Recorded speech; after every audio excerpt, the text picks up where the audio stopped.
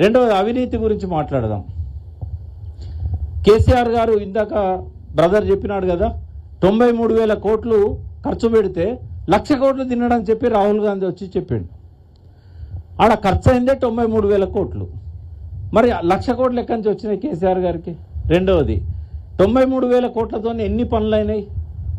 Medigadda barrage దగ్గర నుంచి, Medigadda Kannepalli pumping station దగ్గర నుంచి, అన్నారం సుందిల్లా 3 బ్యారేజీలు, 3 పంపింగ్ స్టేషన్లు, 3 sub stations, 3 sub stations, 3 బ్యారేజీలు, 3 pumping stations.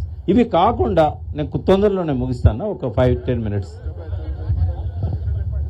అంటే 3 పంపింగ్ స్టేషన్లు, 3 బ్యారేజీలు, 3 సబ్ స్టేషన్స్, వీటి పట్టుకనే అవుతుందా?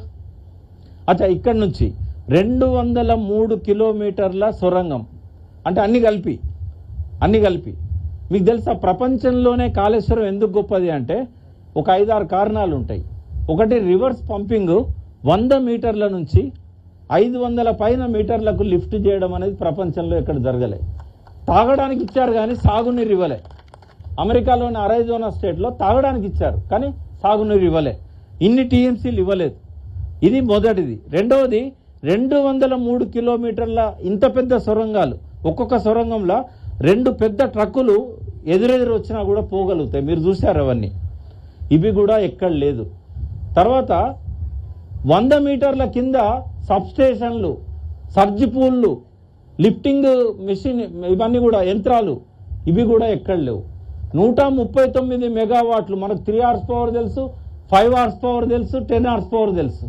మనకు హార్స్ పవర్లే తెలుసు, మెగావాట్లు మనకు తెలియదు. అటువంటిది 139 మెగావాట్ల మోటార్లను ఒక్కొక్క దాన్ని అండర్ గ్రౌండ్లలో నంది మేడారం కానీ గాయత్రి దానిలో కానీ పెట్టినలా లేదా? ఇవన్నీ కూడా ప్రపంచంలోనే గొప్ప ప్రశంసలు అందుకున్న ప్రాజెక్టు మేడిగడ్డ. అంత పేరు రావడం అనేది ఆయన భరించలేకపోయాడు. ఈ కాళేశ్వరం అనేది మొత్తం మీకు ఎన్నోసార్లు మీరు విన్నారు, హరీష్ రావు గారు కానీ, కేటీఆర్ కానీ, కేసీఆర్ గారు కానీ, దానిలో ఉన్న 28 ప్యాకేజీలు, ఒక్కొక్క దానిలో ఉన్న ఎన్ని పంపులు, ఇవన్నీ కూడా లెక్క చేస్తే ఇది నిజంగానే 93,000 కోట్లతో అవుతుందా?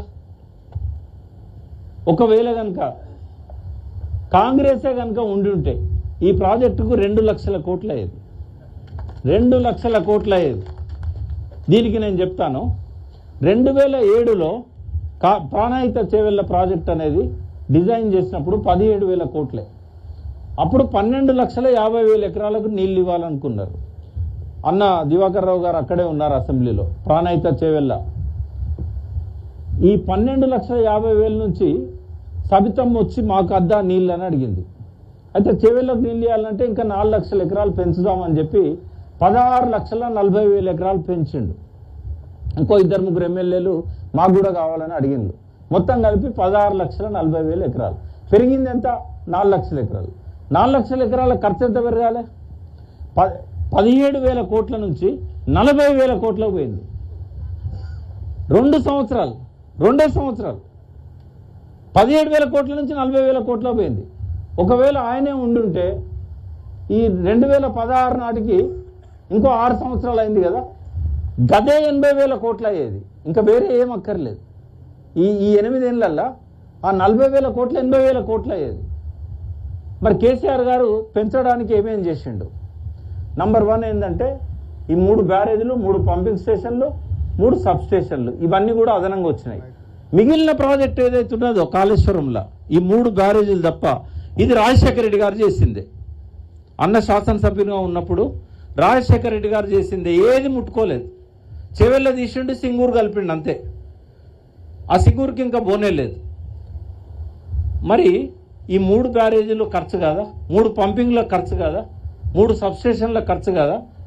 ఒకటి. రెండవది, అప్పుడు ల్యాండ్ అక్విజిషన్ 1,70,000 ఎకరం ఉండే. కేసీఆర్ గారు వచ్చేసరికి 11 లక్షలైంది. ఎకరం 11 లక్షలైంది. 12 దాకా పోయింది.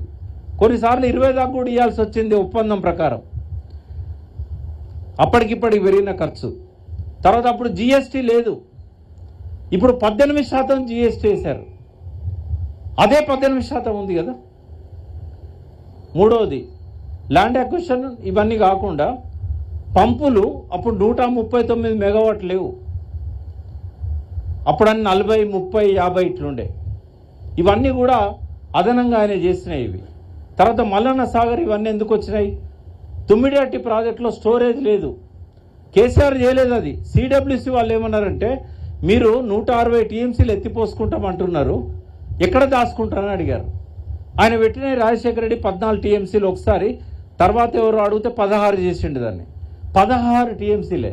మరి 16 టీఎంసీల నుంచి 141 టీఎంసీలకు పోవాలంటే మల్లన్న సాగర్కి ఎంత ఖర్చు అవుతుంది?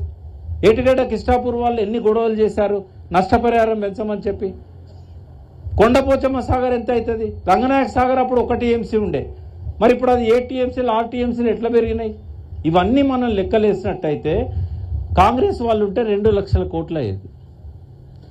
ముంపు తగ్గేయడానికి, ల్యాండ్ అక్విజిషన్ తగ్గేయడానికి కేసీఆర్ గారు చాలా కష్టపడ్డారు. ఈ బుక్లో మీరు దయచేసి బుక్ ఇంకా కావాలంటే కూడా కాపీలు పంపిస్తాం.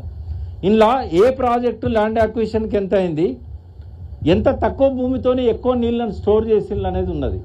ఇప్పుడు ఒక పక్కకు బ్యారేజీకి డ్యామ్ కట్టిననుకో, ఒక నదికి అడ్డంగా డ్యామ్ కట్టిందనుకో, విస్తారమైన ప్రాంతం అంతా కూడా మునిగిపోతుంది. కానీ నాగార్జున సాగర్ అంతే, శ్రీరామ్ సాగర్ అంతే, శ్రీశైలం అంతే. కానీ కేసీఆర్ ఏం చేసిండు తెలుసా? రౌండ్ చేసిండు, బండు పోసిండు. రౌండ్గా బండు పోస్తే నీళ్లు బయటికి పోతాయా? ఎత్తుకొస్తాయి బాగా. కేసీఆర్ చేసింది ఏంటంటే ల్యాండ్ అక్విజిషన్ పిరమైపోయింది. మళ్ళీ మనం ఎక్కువ భూములను ముంచడం మంచిది కాదు, ఈ ఉన్నంతల్నే మనం పైకి పెంచుకుందాం అనుకున్నాడు తప్ప ఆయన విస్తారమైన ప్రాంతాన్ని ముంచాలని చెప్పి అనుకోలేదు. అత్యంత తక్కువ ల్యాండ్ అక్విజిషన్తో 50 టీఎంసీల స్టోరేజ్ పెట్టింది భారతదేశంలోనే కేసీఆర్ గారు ఒక్కరే, మల్లన్న సాగర్. వీళ్ళు ఏది పడితే అది మాట్లాడతారు.